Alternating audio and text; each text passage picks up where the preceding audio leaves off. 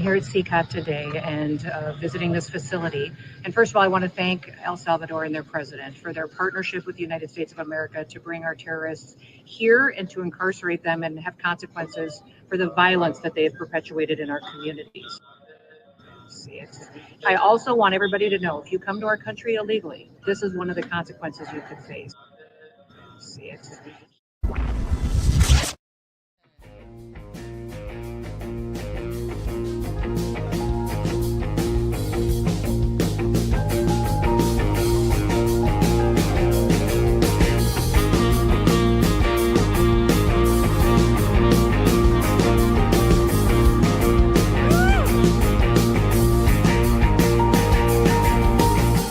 One time thing occurred to me, what's real and what's for sale. Blew a kiss and tried to take it home. Isn't you, isn't me, search for things that you can't see. Going blind, out of reach, somewhere in the desert.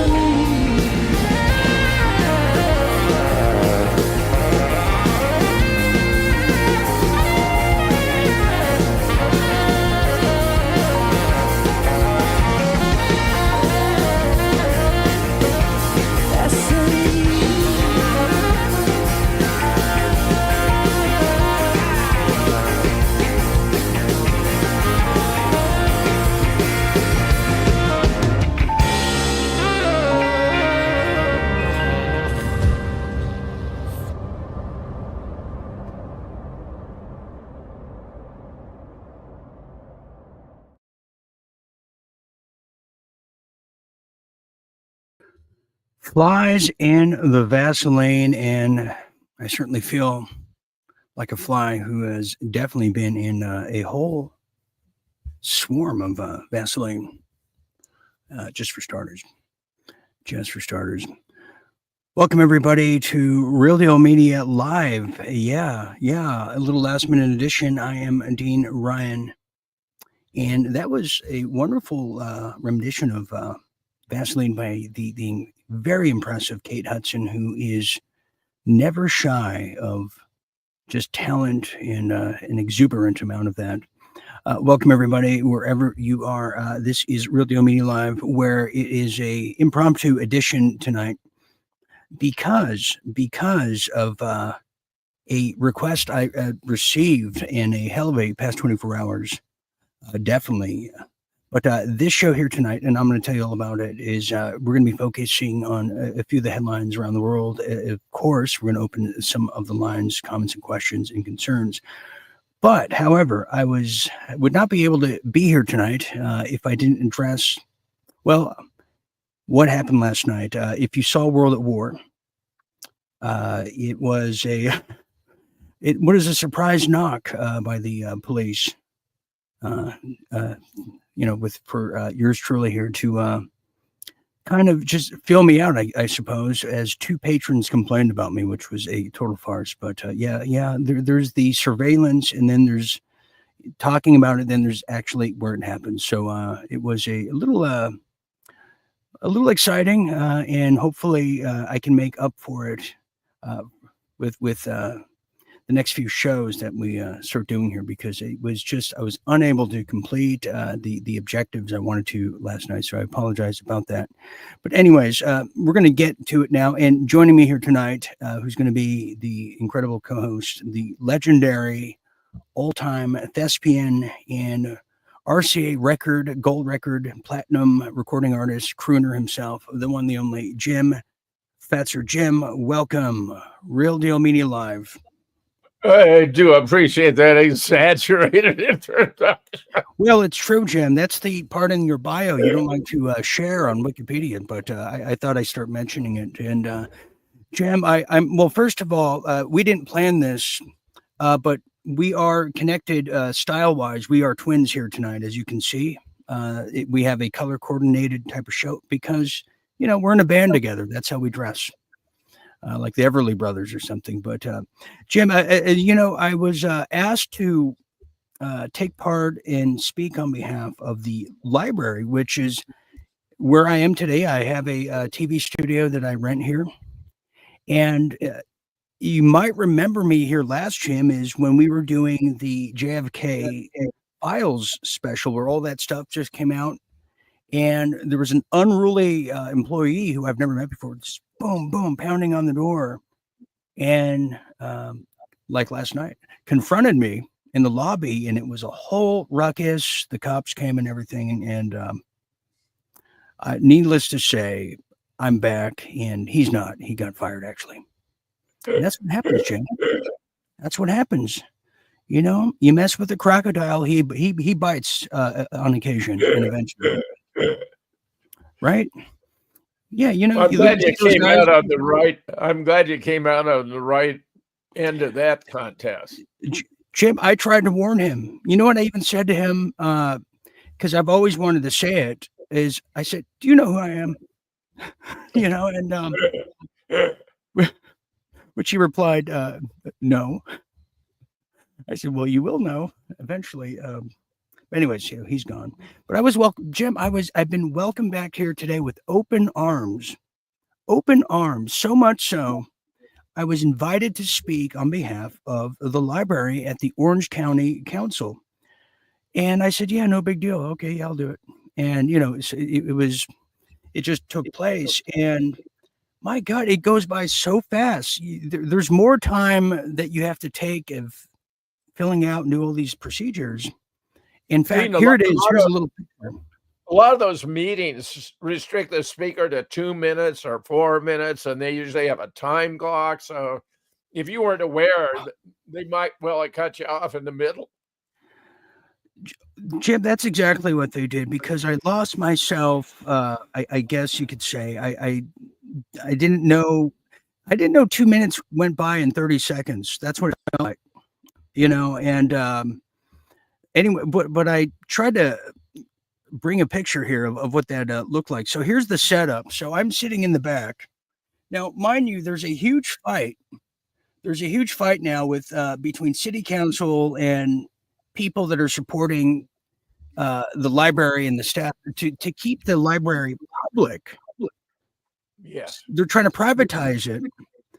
And there's a huge fight. Now, here's where the ethical violations happen. And by the way, this could be happening in your neck of the woods, wherever you are, is the former mayor of Huntington Beach is no longer mayor, but he has a private company who just so happens to be the recipient of a contract that would be multi, millions of dollars to renovate this and make it private.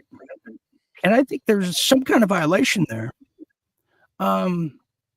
So that brings out, kind of what you see in the Tesla protests, those type of people, the rainbow shirts, the no hate pins, MSNBC fans and stuff. And, it's a turnoff, but I didn't let that, detour my thinking. So when I went up there, and if we have footage, I'll show people. I didn't want to besmirch anyone. And I said that I haven't been to a library really in 30 years or more, which I heard people like that.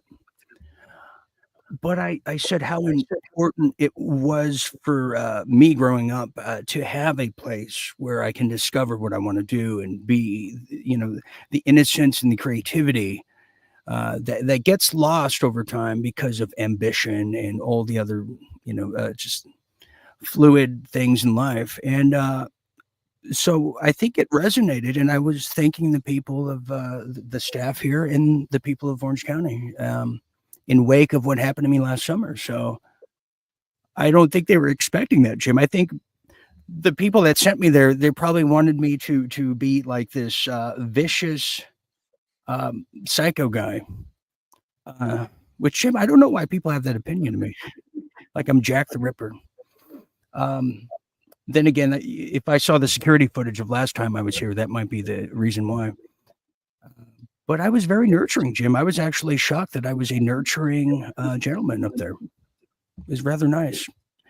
So now the final thing here, the last, what was very troubling for me, and you can't really see it from this photo, but on my left side and my right side, there is just whole teams of cops. There was just it was like a police academy.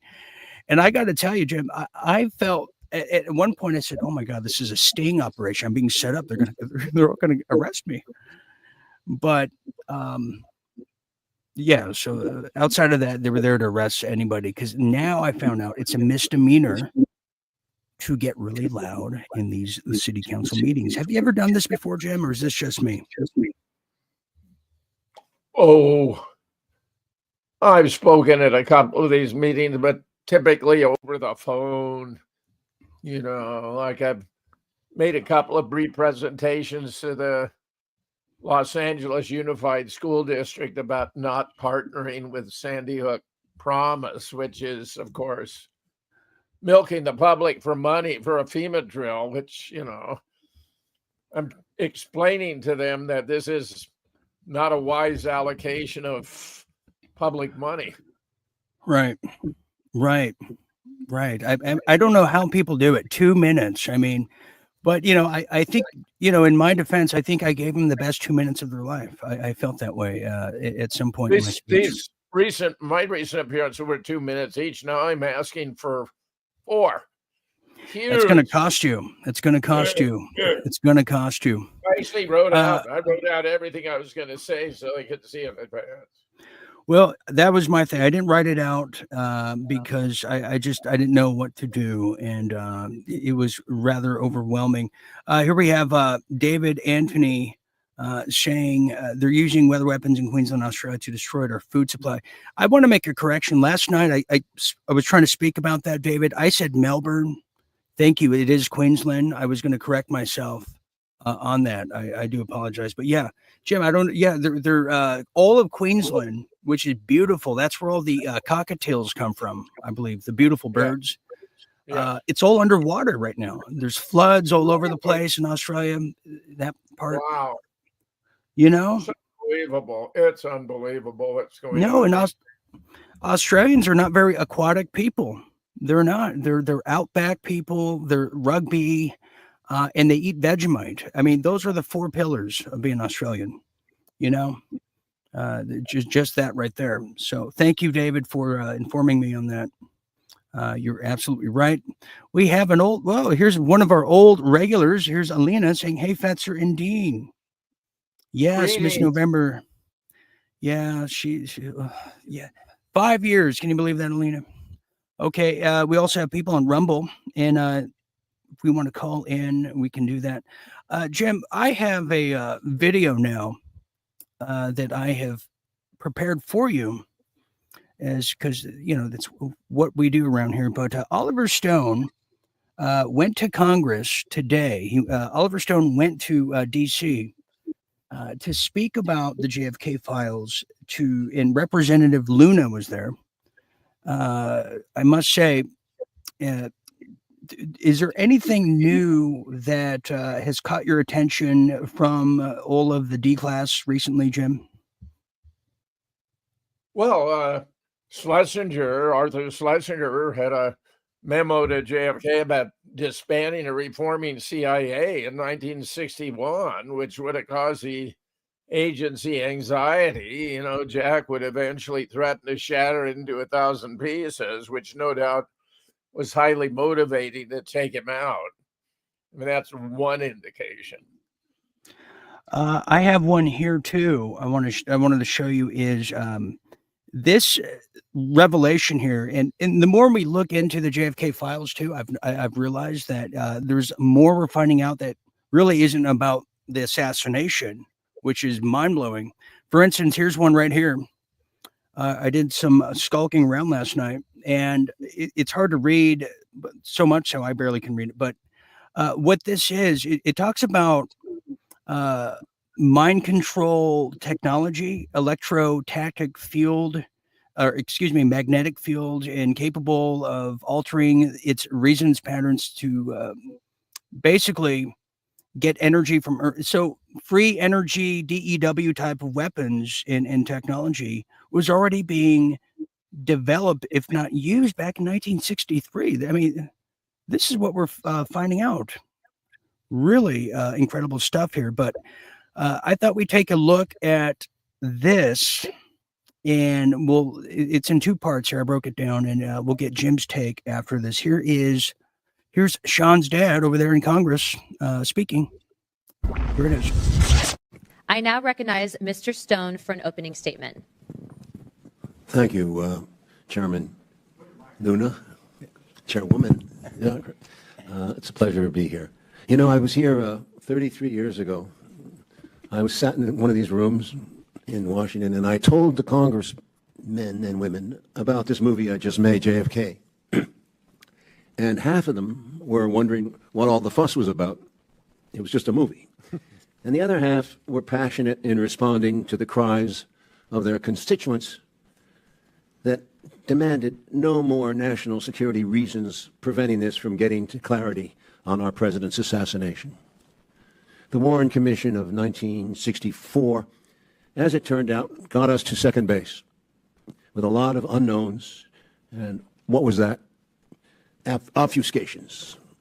And it all got crazier and crazier, sides taken on this and on that. And what happened that awful day? It wasn't clear as to who the heck did this. Killed the president at high noon in Dealey Plaza in Dallas on November 22.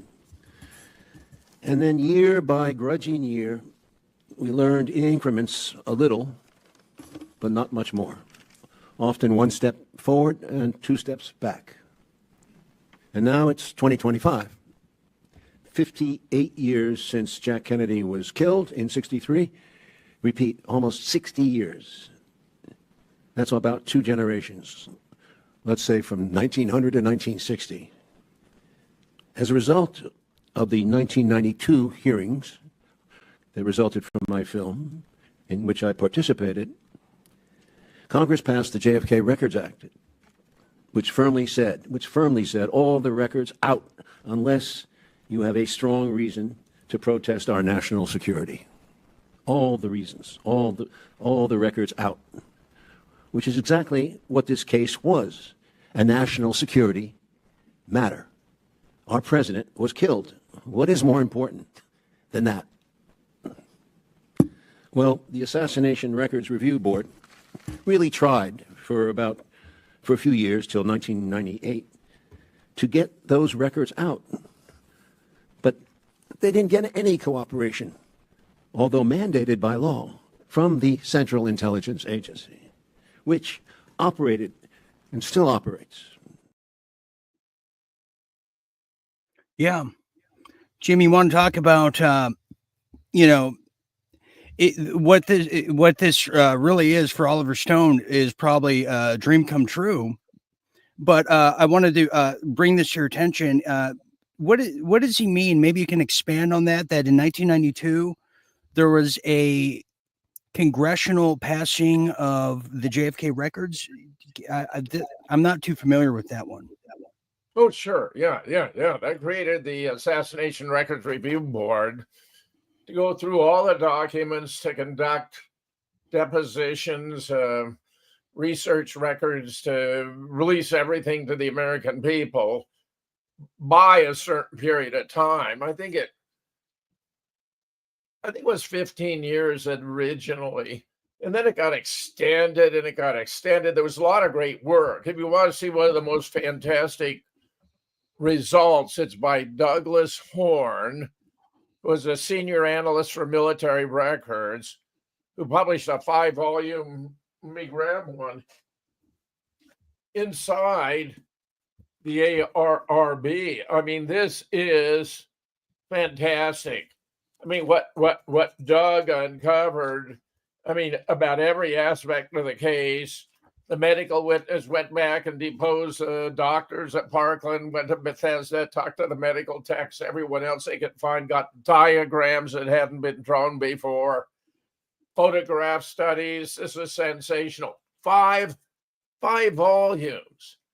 Now, what's most interesting, I think, about what Oliver is saying here is the idea of protecting, research into the assassination of JFK on the grounds of national security, since if the official narrative were correct of a lone demented gunman firing 3 lucky shots from the 6th floor of the Texas School Book Depository, there is no national security aspect.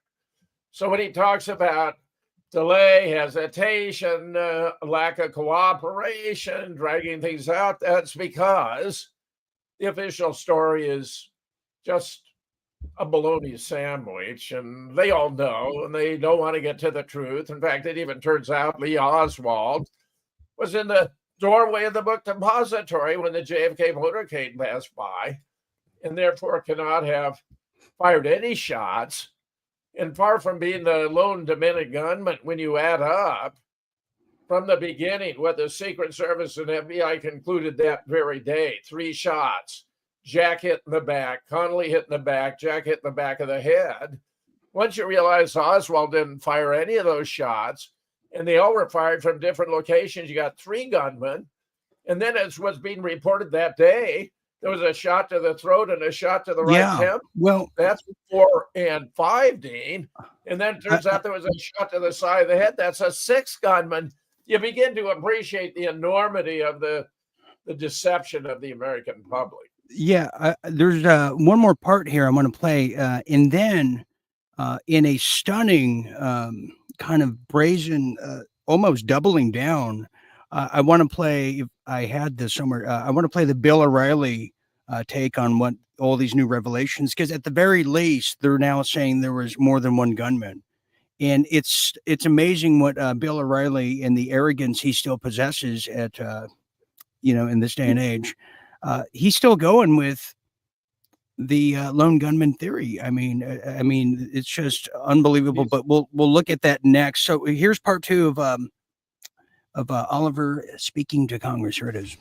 And with that knowledge, let us forgive, but not forget the transgressions, and let us praise the representatives, Democrat and Republican, who believe with the vast majority of the American people that the truth is the greatest treasure a Socratic soul can attain in this lifetime. I ask the committee to reopen what the Warren Commission failed miserably to complete.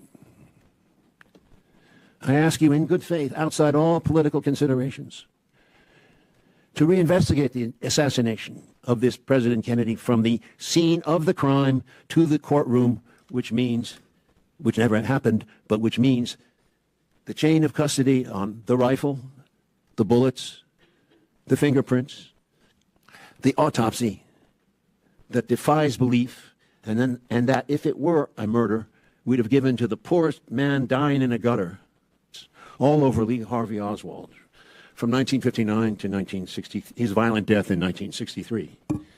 And most importantly, this CIA, whose muddy footprints are all over this case, a true interrogation. James Angleton, before he died, who was one of the original members of the CIA, was talking about Dulles and Helms and the others, what he called the Grand Masters. And he's a Catholic. Angleton was a Catholic, in search perhaps of repentance before his death. He did say, quote, if you were in a room with them, you were in a room full of people that you had to believe would deservedly end up in hell. I guess I will see them soon. This is our democracy. This is our presidency. It belongs to us. Treat us with respect. Thank you. Thank you, Mr. Stone. Jim, what do you think about that? He's calling for a new investigation. What are your thoughts on that action? He has a slow learning curve, Dean. The government, this is James Files said to me twice when we had dinner together at the Longhorn Steakhouse here in Madison. Once the government stakes out a position, it's stuck with it, will never change. So if he's calling for a reinvestigation, that's not going to go anywhere. what David Maddock, Bob Livingston, John Costello, Doug Horn, uh, David Lifton, and I have done is solve the case. We know 95% of what happened. But that's because we're diligent, we're independent investigators, we don't have any political compromise, we're only dedicated to the truth. And I tell you, we've done it. And I published now 4 books on it. You got Doug Horn, his 5 volume inside the ARRB. David has a couple of books himself on the technical aspects of the medical evidence for the head wounds, which there turned out to be 3, none of which were fired by Lee Oswald. So, the idea, this really troubles me, Dean, because it makes me think Oliver hasn't even watched what I sent to him on 18. No. Well, why is I probably have a good idea and reason why. Because I try to reunite him with Jim Mars before Jim's untimely passing, to no avail. I tried to reunite him with a few other people. I tried to Ed Asner. I tried to reunite him with. I actually had Jim Mars and Ed Asner on the phone together. It was surreal. Because they both worked, as you know, on the film together. I didn't know that Jim Mars was the ghost director of the Daily Plaza scenes and all that, but he was. And everybody who worked on that, well, especially Jim Mars, they got bad deals from the movie studios. So there was a lot of botchery all around that, to say the least. But here is finally here, just as a display of bravado in the form and addition of arrogance. This is Bill O'Reilly, who, if you haven't seen Jim Fetzer on Bill O'Reilly, it's one of TV's most classic moments. I don't have that here yet. Maybe we'll show it later. But he has he's published books on JFK and certainly is sticking with the narrative. And I think this is another display of it. And he's trying to just poo-poo everything, to use the phrase. And here it is. Check this out, Jim, and we'll get your take after. I know there's a lot of Bill O'Reilly fans here. Certainly. Okay, do we have it ready? Here it is. Bill O'Reilly on JFK Files. Go. You said really nothing major here, like Lee Harvey Oswald still killed him. But he did make one point, which a lot of people are talking about, and that is the CIA surveillance. The CIA surveillance of Lee Harvey Oswald. And of course they're going to surveil him. I mean, his guy was a defector to the Soviet Union. He goes over there, he marries a Russian, he comes back. I never would have let him back, by the way. State Department let him back. Then he goes to Mexico to try to defect to Cuba. They pick him up because they're surveilling the Cuban embassy in Mexico City, they being the CIA, and they track him. And and I have all this in Killing Kennedy. And I put a name on it. He got a minder, a guy named George the Mohrenschildt, who later on commits suicide. But I don't know the extent of George the Mohrenschildt's CIA connection. I have my staff going over the files now. There's nothing big in the files, but there was CIA involvement about Oswald, and that is the important thing. There you have it. What are your thoughts on that? Is he think there's nothing to see here? He really does believe it was just a case of a defector. So the guy's an arrogant ignoramus. Lee Oswald was recruited by ONI when he was a recruit at San Diego. He was stationed at Atsugi, our most secure base from which the U-2 overflights were taking place. He knew the altitude. He did a pseudo defection to the Soviet Union to give them that information. That was at the bequest of the CIA. He came back and he wasn't blocked. He was given money to relocate by a CIA asset because he was working for the government. That Bill O'Reilly would have a book on this and not know these elementary facts. He talks about Oswald going to Mexico City. That was in the earlier releases. Larry Rivera went through it very thoroughly and demonstrated conclusively The whole idea of Oswald going to Mexico City to get a visa to travel to Cuba was a fantasy. It was a fabrication. The CIA assets involved even include 3 presidents of Mexico. And guess what? They released a bona fide scan of Lee's passport, and it says right on the passport, not valid for travel to Cuba. So this guy O'Reilly has his head where the sun doesn't shine. He doesn't know anything about JFK, and he's a poser, he's a phony, he's a fraud. And I wonder what payroll he's on. And I certainly think his display that he did when you were on was terrible. In fact, here it is. Impact segment tonight, as we told you last night, University of Wisconsin instructor Kevin Barrett has called President Bush a murderer, saying he orchestrated 9/11 without providing a shred of evidence of that charge. Despite that defamation, Barrett teaching a course on Islam this semester at the University of Wisconsin. The only sanction against him is an order to stop making public statements. Joining us now from Madison is James Fetzer, a recent retired professor from the University of Minnesota Duluth who supports Barrett. I'm getting a little tired of Barrett and Ward Churchill and other college professors who hate their country and who bring this hatred onto a campus full of impressionable students. Am I wrong to be offended and angry about that, sir?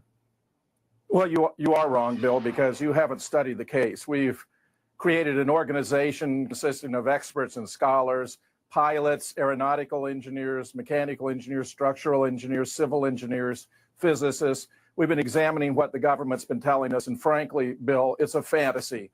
None of the major claims made by the government can be sustained. We've been looking at this from every point of view. The government has a story it wants to sell us. We're not buying it. Okay, you don't have to buy anything. You're American. You want to be a nut, you can be a nut. And you are a nut. Because in order for any conspiracy of this magnitude to take place, thousands of Americans would have to buy into it, would have to know about it, and would have to keep their mouth shut about it. That's never going to happen. You're like the guys who think that the space aliens kidnapped Elvis or something like that. That's where you... Jim, is that true? Are you one of the guys that think the space aliens kidnapped Elvis? Because I mean, you never told me about this. If you were, This is a real nasty guy. I'll tell you. I was sitting there waiting for it to come up with a bright light in my face, and suddenly it pops in my ear. He says, "I'm going to tell the country that you're a nut and you hate the country." And boom, then I'm on, and then he goes on attacking me again. I mean, he's a piece of work. Let's watch the rest. And the thing is too, that's such a CIA tactic. To their go-to is space aliens, Elvis, and the moon. Yeah. This is the same thing. Anybody who questions anything, this is always the go-to. So, anyways, let's continue. When William Buckley was called out as being CIA, didn't deny it. O'Reilly, I mean, he fits the pattern very well. He does, and he's an abusive POS too. What he did to his wife, dragged her by her hair down the stairs. I mean, he's a very bad guy, and Jim's like maybe 10 or 11 years older than him, but Jim looks way younger than him now. If I showed everybody a video, it's just incredible. Anyways, here we go to finish it off. Here it is. Buy into Classic. it, would have to know about it, and would have to keep their mouth shut about it. That's never going to happen. You're like the guys who think that the space aliens kidnapped Elvis or something like that. That's where you are, in my opinion. So your opinion is that Bush murdered everybody on 9/11 to seize control and make him the dictator of America, whatever the crazy thing it is. And my opinion is you're nuts. We're both entitled to our opinion, okay? So you're entitled and I'm entitled. And we'll let the folks decide. Well, hold it. But now you have a guy, Barrett, who's in a classroom. And we had the students on last night. And believe me, the students don't know very much. And here's Barrett, and here's Ward Churchill. And they're bringing their crazy theories in, explaining this, that, and the other thing, and whatever conclusions you guys have reached. And the students are there absorbing this. And I'm saying this is grossly irresponsible because it's based on nothing. If you had any evidence, sir, you would be on the front page of the New York Times in a heartbeat. There's nothing that the hate Bush media would like more than get a hold of anything you have. And you don't have anything. You can't get in the San Francisco Chronicle or the National Enquirer or anywhere because you don't have anything other than a harebrained theory. And you know it. We have hundreds of studies. We have documents. We have Well, records. why we have can't you get photographs. on the front page of the New York Times? Anyone, Bill, who has even looked at the collapse of Building 7 understands it came down by a controlled demolition. It wasn't hit by I any had plane, guys no in here jet who fuel say, fires. you're full of, you know what? Why can't you get this on the front page of the Boston Globe or the Atlanta Journal-Constitution or the Minneapolis Star Tribune, papers that despise the Bush administration? Why can't you get it on the front page of those papers? The press and the media are too much dominated by the federal government and federal regulations, Bill. You know that. Sure. Anyone the New York Times is dominated and afraid of the federal government. Every single day, they rip Bush's throat out. Come on, that doesn't make any sense. In 1977, Carl Bernstein published an article in the Rolling Stone in which he explained that he'd been told by officials of the CIA that their greatest successes had been with CBS, with Time Life, and with the New York Times, Bill. The situation today is much worse. Anyone who wants to know the truth should go to st911.org, our website, Scholars for 9/11 Truth, and they'll find it in spades, Bill. I hope they go to your dopey there. website, and I hope they read your stuff. So I just want to, this is how crazy you guys are. And you guys are really, number one, you hate your country, and number two, you're a loon. Here's your scenario. The Bush administration are murderers. The president's a murderer, okay? He killed 3,000 Americans because he wanted to increase his power and suspend all civil liberties. And in order to do that, he co-opted a whole bunch of intelligence people and military people. They all got in a little conspiracy. They killed 3,000 Americans. And the press is covering it up because they're afraid of the federal government. Come on. I mean, why don't you just say that you have a Martian living in your bedroom, sir? Why don't you just say that and parade a puppet out or something? We found the government account is provably false on every major respect. Yeah. You appear to be among those who can't handle the truth, Bill. No, I know. You got to look at our findings. We've conducted objective scientific studies. We have no funding. We have no money. We're doing this because we believe in our country. And as a former Marine Corps officer, Bill, I resent your implication. We're interested in the truth and not being deceived. Oh, wow. Okay, we'll end it there. Jim, that was, he said, why don't you have a puppet show with the Martians? He was nasty. See, he was spinning one straw man after another. And these are all exaggerated versions. I'm not advocating. He's pumping them out because they're easy to debunk, but they aren't my views. They weren't scholars' views. I thought this had been rather a disaster, but it may have been a year later. I was in New York City. I gave a 9/11 talk at Cooper Union, and my wife and I and a friend were walking around and discovered Alex Jones was holding an event at a theater nearby. So we walked over, and to my astonishment, they gave me a red carpet treatment. They put me up on a platform with first responders, and I was sitting down. The fellow next to me leaned over and said, "It was watching you on O'Reilly that convinced me 9/11 had been an inside job." And I said, well, maybe it was worth it after all.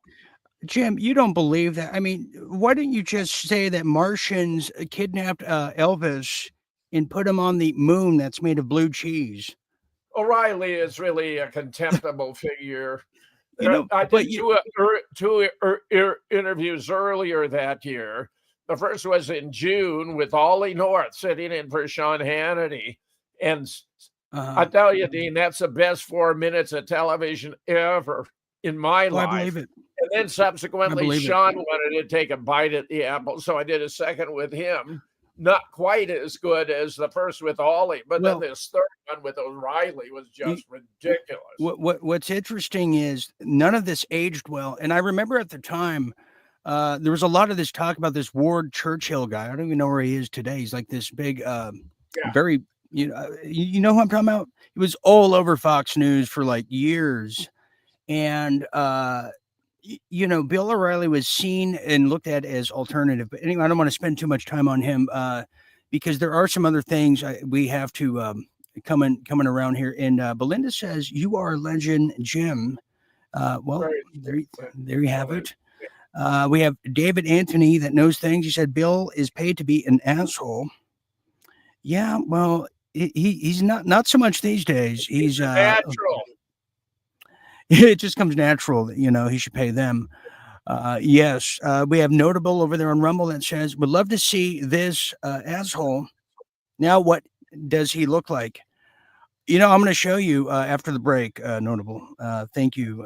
I definitely want to do that. And you'll see how much younger Jim looks.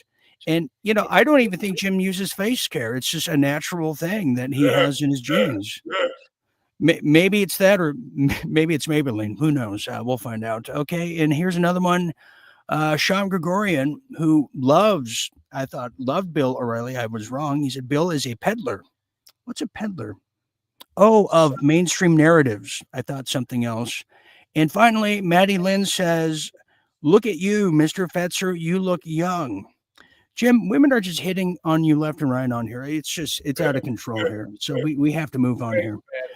Okay, we're gonna move on when we get back here, as we have a little break coming up here. We're gonna get into what Russia is warning now against the U.S. We have a story about some major layoffs now of more agencies. The CDC, they're crying foul play, and I want to ask Jim about Liberation Day. I don't even know what the show was about last night. I was so startled. So I'll ask him what that means. And then also this new piece of legislation that's really got a lot of people saying, look, we lived through the 9/11 era. We know these bills that are supposed to protect us or whatever wound up hurting us in the end. We'll talk about the new anti-Semitic speech bill, it's real, everybody. I mean, unbelievable. So stand by there, Jim, and stand by here. You are watching a impromptu edition and version of Real Deal Media Live here tonight. We'll be back after this quick message. Don't go anywhere.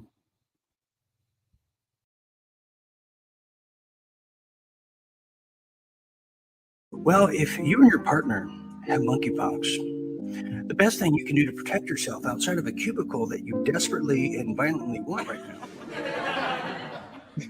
well, you need to avoid having sexual relations with anyone by the following: with oral,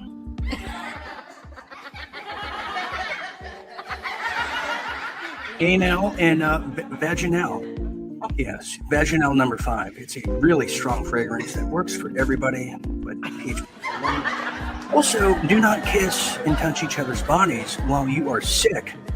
Do not kiss or touch bodies, especially anything with rashes.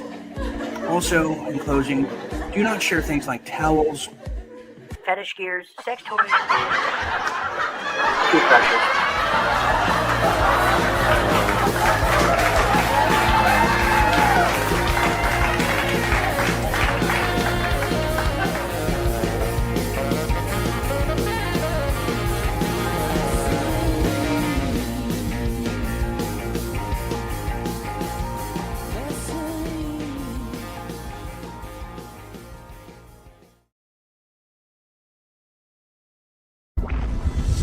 I don't support the Palestinians either. They're all hyped up and psychotic.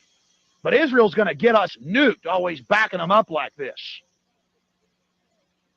Israel calls the Palestinians goyim or cattle or dogs or subhuman. They keep them on concentration camps. I got video of them taking Palestinian women's tomatoes they grow and breaking their water containers and stealing. That's why you have this crap. And our children are going to die. We're going to get nuked because of this. Iran's got the nukes now. Syria. We're going to have nuclear war because Israel likes to go around bombing everybody.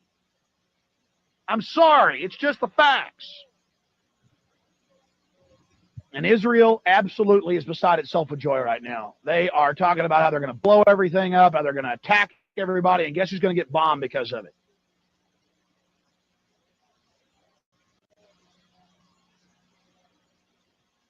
I have been supportive of Israel for many years.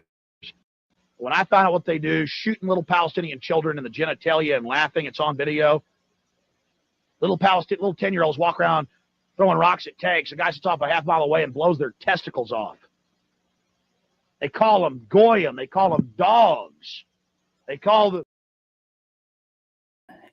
Interesting. Welcome back to Real Deal Media Live, everybody. Yes, welcome back. I am still Dean Ryan, and this is Real Deal Media Live. Comments, questions, concerns, conjecture, and definitely conjecture there from Alex Jones. from many moons ago, which today would probably not pass the sniff test as new legislation is on the way. We're going to tell you all about it. You got to watch what you say, watch your back, and sleep with one eye open. Someone who definitely does that too, and is currently looking for Elvis, who got kidnapped by the space aliens, Jim Fetzer. Let me say, Dean, Jim, those may be the finest moments of Alex on television of his entire career. He has been notably silent about Israel for about a decade now. I think they got to him and they told him no more. But he was magnificent on those occasions. I love what he was saying there. He was good.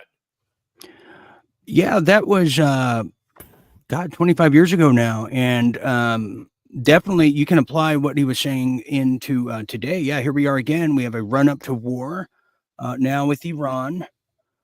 We have the war drums beating louder than before. And here's the thing. And I asked somebody once, because I shared a JFK document that just it said, it had Israel in the notes, and I had no I didn't say yes, no, or indifferent. I just posted it, like I was showing people earlier, some of the JFK files. I was called anti-Semitic, and I asked him how to define what that means, anti-Semitic, and then also define how are we supposed to be critical of in an acceptable way. And nobody can do that. Because I remember when we were starting to figure out in 2021 about the lab leak theory. Remember that about the bat who loves us? And I remember there was a wave and campaigns of people saying this is anti-Asian, anti-Asian, anti-Asian. You know what I'm saying? So wherever there is nefarious, intentions, there seems to be this cloud of secrecy that you're not allowed to talk about it, or you'll be called a racist of sorts. And here we are again. And just in the nick of time, Jim, check this out here as this is now, this is coming out of Natural News. I want to show you, this is a new legislation. Jim, you probably heard about this. I know I kind of did. Here it is. The anti-Semitic bill. And people need to know about this because what starts out to be, to protect a class of people, and it's an anti this or that. Well, then it gets flipped around, and next thing you know, you're starting to protest government again or whatever. Well, it's going to be used against you, and I reference the Patriot Act. That is my reference for the moment. Well, there's a new bill's coming out. A rabbi went to Capitol Hill there, and it's the anti-Semitic bill. And it's not allowing anybody to speak about any atrocities or any kind of criticism. And Jim, why is this? And then there's another side of the coin. Why do you think this is? It's suppress freedom of speech and censor on behalf of Israel, so no one can raise any criticism whatsoever, no matter what Israel does. So the rabbi saying it's not enough to be not anti-Semitic. And of course, in the classic definition, that means to be anti-Semitic was to discard someone or disvalue them because they were Jewish or had a certain legacy. Right. Now it's been expanded to any criticism of Israel. So he's saying it's not enough to be not anti-Semitic. It's not you got to be anti-Semitic, meaning you got to be pro-Israel. That's what he's really saying. Yeah. If you're not pro-Israel, you are scum. And of course, they regard all the goyim, all the non-Jews, as scum anyway. And you got to realize the ultimate objective is to get rid of all non-goyim so the Jews can rule the world. There's a certain fringe aspect of that. Like in religions, you have the Crusades with the Christians, but I'm thinking back now.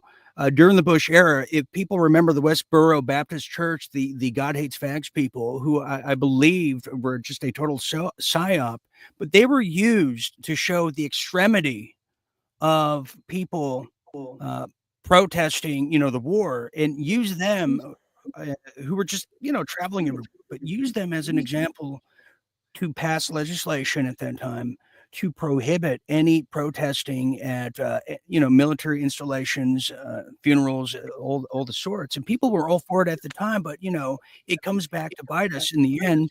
But here's a clip of what that congressional hearing looked like that took place, I believe, yesterday. Must take urgent steps to address this crisis. The anticipated passage of the Anti-Semitism Awareness Act is a crucial measure that will help define and combat anti-Semitism in educational institutions. The adoption of the IRA definition of anti-Semitism is another necessary step, as it provides a clear framework for recognizing and addressing anti-Semitic incidents. Without these defining developments, universities and administrators will continue to exploit loopholes to avoid taking real action. Moreover, federal authorities must demand a safe learning environment for all students, including Jewish students. Universities that tolerate anti-Semitic harassment should face real consequences. The previous administration took some steps in recognizing anti-Semitism as a national concern, hosting high-level meetings and engaging Jewish leaders in discussions across the spectrum. However, these efforts must not be diluted by lumping anti-Semitism together with other forms of discrimination at this point. While all forms of hate should be addressed, anti-Semitism has unique characteristics that require a dedicated response. Yeah, see, it's only we the Jews who are super special. Only we the Jews are entitled to deference by everyone. There may be other forms of discrimination, but we're special. We're the ones you got to care about. Well, this is such happy horse shit, Dean. I can't believe it. And you got a members of Congress sitting there and taking this nonsense seriously? Give me a break.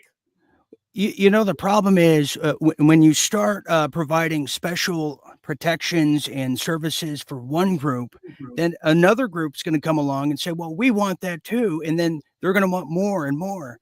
And I think Ron Paul had it right all those years ago. The only rights that should be protected are human rights. And that solves everything. Because when you start breaking it down, he is. I wish he was my father, I don't think this new definition is going to withstand constitutional scrutiny. It's outrageous. You can't criticize Israel even when it's committing genocide, even when it's involved in mass murder. I think it's doing the opposite. I think in a way, it's so over the top that it's waking people up in a way. In many ways, I should say, to even American Jews, the young Jews who have no idea, they don't know the history, and people like myself, a lot of people have woken up to our greatest ally in the Middle East here. It's just incredible. All right, here's another story here, and by the way, if you want to join the carnival here, feel free to do so. But I want to take this question real quick, as we are running out of time. Here is Brian Murray saying, you guys are always spot on. Love your show. Jim Mars was a dear friend of mine and brilliant researcher, author. I miss him very much. I do too. I cried terribly. Jim, I've been following you since Sandy Hook. Dean, fantastic. There it is, Jim. You have a lot of Jiminites here. Much appreciated.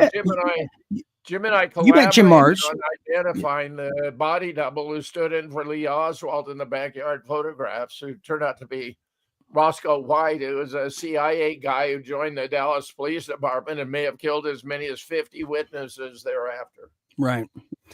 And okay, we're running out of time. We're running a little short here. My last thing I wanted to add on this, and then I want to get to Russia and Liberation Day real quick, is what I see now, the shills. I don't want to say shill. I don't even like the cliche term. Is there's a strand of people in our industry that will take the topic of what we just discussed here and completely rebrand their entire network and everything to not just get critical, but even just call for just really over the top things. And you know who I'm talking about, Jim. And I think now people like I'll say people like Stu Peters are being, in my view, they're being built up as a straw man for the new neo-fascist right, or whatever they want to call it, the new alt-right, in the same regard that Richard Spencer was. And when you don't meet these people's criteria of criticism, if not more, then they come after you. And this is exactly what's happening to people like Jim Fetzer and now Mike Adams, who's being attacked by Stu Peters in a very low level, I don't want to say his name either. And that's a problem. That's a problem because that's going to get people who are critical and intellectually honest and critical. It's going to get us silenced and grouped in together with people that doesn't represent what we stand for. And so you shouldn't be getting attacked, Jim. And it really irks me to great levels. So I just wanted to share that with you. And you'll hear more about this in the future here. Okay, here is a little something on Iran and Russia. And we'll give you a good take on this after okay, let me play this for you here. It's because it's 5 minutes to midnight in terms of war here. So check this out, and we'll get Jim's take on it after, as Russia is now warning the U.S. And we'll figure out why.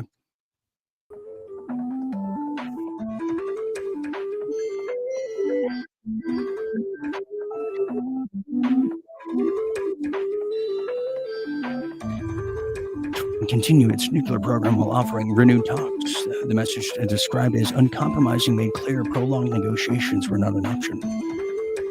Trump's letter was delivered to Iran by the United Arab Emirates Minister of State Foreign Affairs, Anwar Gargash. He proposed negotiations on a nuclear deal, but included a firm time frame. The letter explicitly ruled out any open-ended talks, making clear that Iran had a limited window to engage. However, it remains unclear whether the 2-month deadline began upon delivery or with the start of negotiations. Before Trump's letter was sent, the White House informed the key U.S. allies, including Israel, Saudi Arabia, and the UAE, of its contents, according to the U.S. official who were unnamed source. There it is. So there's a little background to that now. Now, the same is being said to Russia. If you did not know, as the rising tensions in Iran is escalating, and Iran is backed by China and Russia. They have an alliance there, and they're part of BRICS, are they not? They're part of BRICS. Yes. So now the rising tensions there, and now there's new sanctions that have been put. I believe they've been put on Russia. And Jim, what the hell is going on here? Because you have Vladimir Putin who's saying they warn against U.S. strike on Iran nuclear sites and sanctions, of course. But they're saying if that happens, it's going to be catastrophic. What's your take on this, Jim? Because I thought Trump was going to be the Prince of Peace. What's happening here? Well, you got to understand the absurdity of the situation. Even our own intel people, Tulsi Gabbard reported, agree. Iran is not developing nuclear weapons. Iran doesn't have any nukes. So what Trump's talking about is their peaceful civilian energy program that's nuclear. Lots of countries have them. There's no reason Iran should give it up. It isn't a threat to national security. In fact, Iran doesn't pose a threat to the United States at all. It's all been demonization. It's all been Bibi, the butchers, propaganda campaign, because he wants to expand the influence of Israel. They're taking over Syria now. They want to expand to the greater Israel, chunk of Egypt, virtually all Saudi Arabia, Syria, even into Iraq, all of Lebanon, all of Jordan. Those Israeli troops are never going to leave Syria, mark my words. But the Ayatollah has directed Iran to load up its missiles. They are locked and loaded. You said 5 minutes? No, more like 5 seconds, Dean. And China and Russia have both declared if the U.S. attacks Iran, they will not stand by passively. So interesting. They've loaded up Diego Garcia with 6 or more B-2 bombers that are worth $500 million apiece. These are terrible weapons. I'm telling you, Iran is prepared, and the effects will be devastating. There are maybe 60 U.S. bases within the range of Iranian missiles, over 50,000 troops. Believe me, if this attack happens, they are gone.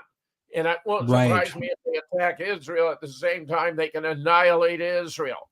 The U.S. is prepared for what's going to happen. Very interesting, and I'm going to have more on that tomorrow on this whole issue. Real quick, too, we can also now say there's major layoffs that just took place. Mass layoffs are taking place. They're underway now at the nation's public health agency. So the FDA, CDC, Kennedy's laying all these people off. Layoffs are expected to save $1.8 billion annually, which is, that's like a drop in the bucket, right, Jim? I mean, it's a $1.7 trillion budget for the HHS, so that doesn't, really make too much of a dent, but it's a step somewhere.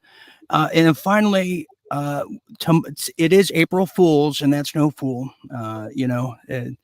that's why we're here. But tomorrow is a big day, Jim. It's the Liberation Day, and Trump is set to unleash tariffs. Did you want to weigh in on that? Because this is supposed to be liberation of what exactly where's the liberation definition being staked at in this? Well, he thinks he's going to liberate us from paid taxes. Theoretically, he wants to do away with the income tax. And he thinks he can do it using tariffs. Remember, there was no income tax until the 20th century. I mean, in the past, it was done using tariffs. It's just the world's so complicated today. It's not clear whether his game plan is going to work. But that is his plan, and he's playing it out. Yeah, so tomorrow's Liberation Day, everybody. So make sure to wear your white shirts. We'll try to plan it that way. Okay, I got to get out of here. Jim, thank you for being here. Thank you very much for being here last minute. I want to thank all of you out there for this impromptu type of event here. In closing, I want to lost a dear colleague over there in England. Another friend of mine in England who died suddenly, and her name is Emma Hill. She really gave me a big start in my career well over 10 years ago. Featured me in her wonderful magazines over there in UK. Very young. She just passed. And I just found out, Jim, it's terrible when you find out, friends die and you find out through like Facebook or something. It's a horrible feeling. So we're going to leave on that. This is a little footage that I just recently found of the two of us. She came out here in 2013 for the Grammys and to cover it. If it's from Liverpool and you've never been to America before, it's huge. So I took her to Santa Monica, a nice candy shop, and I thought this would be a good thing to end on. So, okay, for Jim Fetzer, I'm Dean Ryan. Good night, everybody, and rest in peace, Emma Hill. Good night. Here we are at Santa Monica Pier at the Carousel.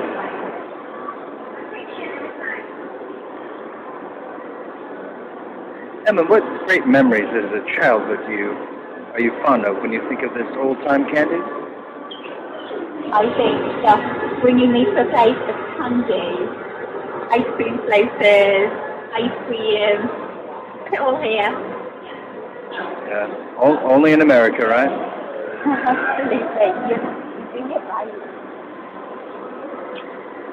Well, we're so glad to have you. The best.